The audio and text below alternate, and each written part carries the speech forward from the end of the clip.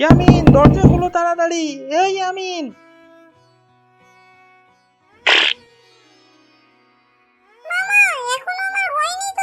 খোলো মামা, না হলে বাইরেই হয়ে যাবে। প্লিজ খোলো।